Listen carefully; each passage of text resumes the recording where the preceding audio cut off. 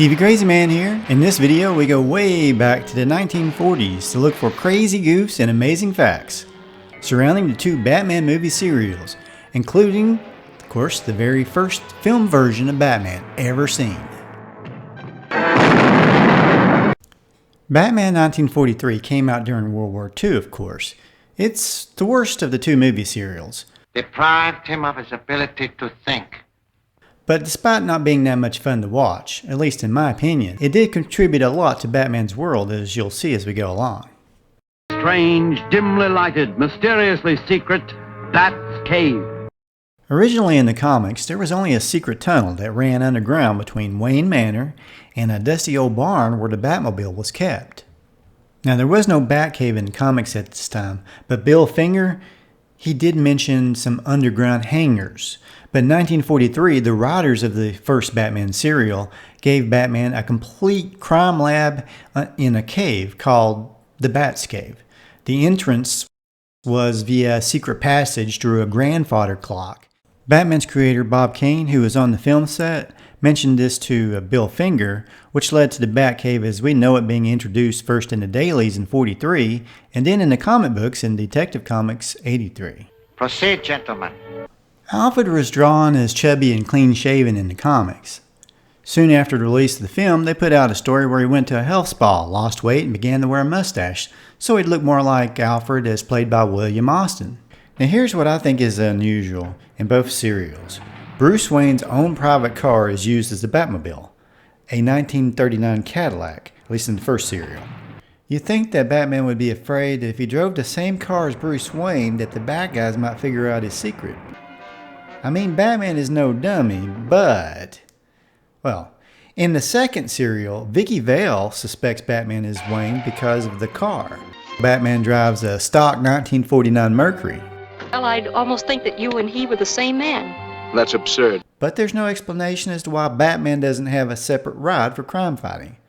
I think the real reason, though, of course, is that the budget of the movie serials didn't allow for a cool car, or apparently for even two different cars, one for Wayne and one for Batman to drive.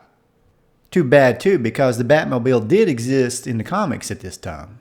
Now let's look at the costumes from both of the Batman movie serials. Now in some shots in both serials, sometimes Batman looks cool and other times not so much. In this photo, for example, Batman's costume appears to at least fit him. Now in this picture, Batman's utility belt is almost up to his chest. Whoever thought it was a good idea for Robin to be running around without pants on? A decent pair of pants. Now with the second serial, Robin at least got some long johns, but Batman's ears got worse. I do think the costume fit him a little bit better than it did on the first serial. So what did you think of Batman's costumes? Post in the comments below. You know, I just don't know. It's like those ears look more like horns to me. In this scene from the first serial, Batman loses his cape in the middle of a fight. Then they cut back to Alfred, who's waiting in the Batmobile. No problem with secret identities there. Then they switch back to Batman, who's got his cape back on. Perhaps Batman called for a timeout so he could put his cape back on. I don't know. Well, that's most unusual. In this scene from the second serial, Alfred sees the bat signal in the sky. He informs Robin, who is already in the Batcave in costume. Yes? The bat signal is on. Alfred then escorts Vicky Vale out of the house, and Bruce rushes back down into the Batcave, where for some reason, Robin has decided to get back into his civilian clothes. I guess so he can change again. Here's another goof from the first serial. At the end of chapter 4, Batman blows a hole in the roof of an armored car. But when it goes over the cliff moments later, the hole is gone. Somebody took our car. Well, I just saw it going down the street with nobody driving it. In the second serial, an invisible man steals a car, but is strangely visible right before crashing.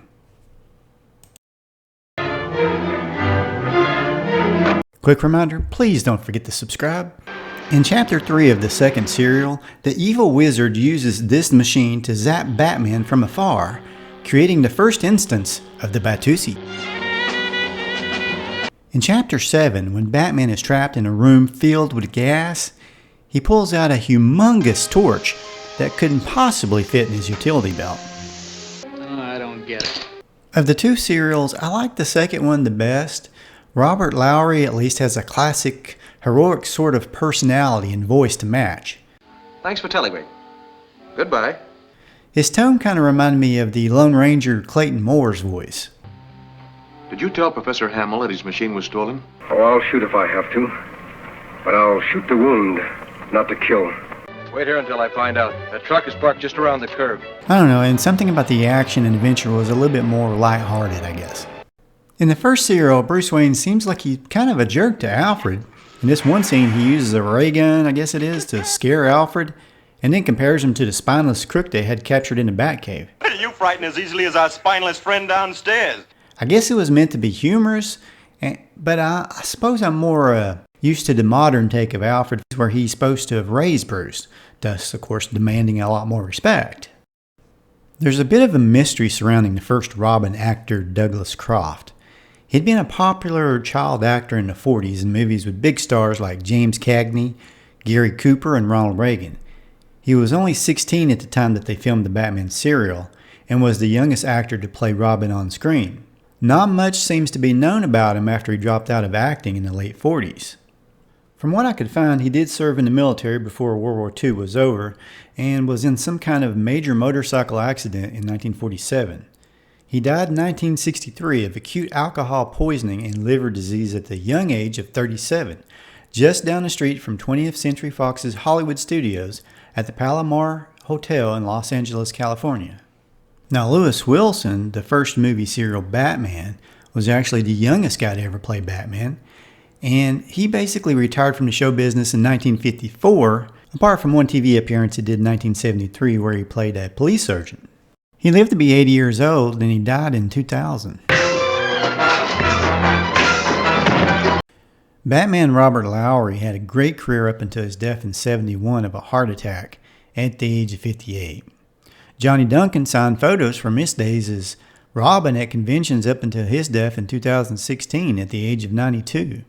Here's an interesting bit of trivia. The same actor that played Batman's friend, Commissioner Gordon, in 49, actor Lyle Talbot, also played Superman's arch nemesis, Lex Luthor, in the 1950 Superman serial, Adam Man vs. Superman. If you enjoyed this video, you'll probably love my video on the Superman serials as well. And after that, check out my one on Captain Marvel. You know, after all my research, I still can't figure out one thing. What is it that Batman and Robin are looking for on the introduction of Batman and Robin 1949? If you happen to know what they're looking for, please post your thoughts in the comments below. Thanks a lot. Real quick, I'd also like to invite you to check out my latest cartoon I've done for my Frady Cat Cartoons channel. It's based on my real-life experience combating our evil washing machine that I hate with a passion. Of course, everything on Frady Cat Cartoons is family-friendly, so there'll be no cursing, and it's for all ages. Well, thanks for watching. Please subscribe if you haven't already. Hit the like. If you hit like, that really helps out the video and helps us get more views, and thus helps us continue to make more videos. So I'd really appreciate it. Thanks again for watching. Y'all have a great day.